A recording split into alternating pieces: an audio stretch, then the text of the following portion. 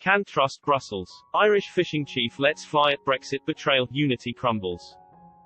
Brussels does not have Ireland's best interests at heart, a fishing chief has warned in the wake of the post-Brexit deal struck by the EU and the UK. Patrick Murphy, CEO of the Cork-based Irish South and West Fish Producers Organisation (IS and WFPO), accused the bloc of betraying his country in a scorching takedown of the agreement.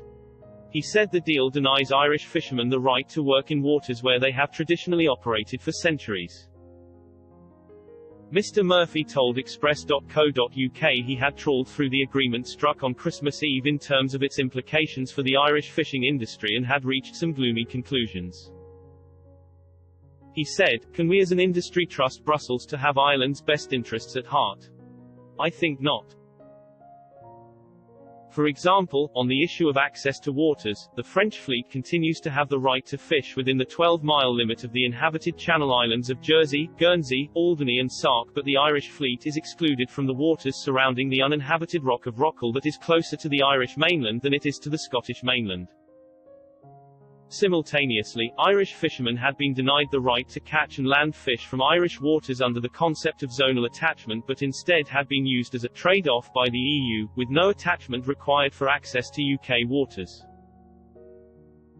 He said, species such as herring in the Irish Sea were all but gifted to the UK while herring in the English Channel were kept by our EU partners.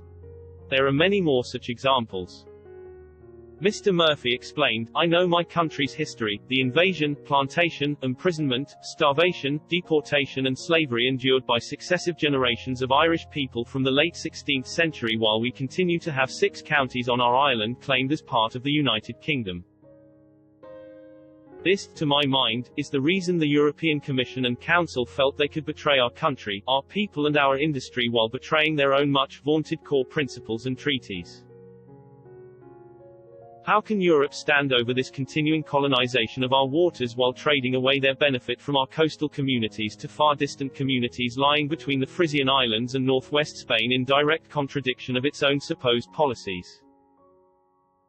He added, "Despite the truths I have written of above, our historic links with our nearest neighbor, which haven't always been the best, have seen our differences and grievances heal over time.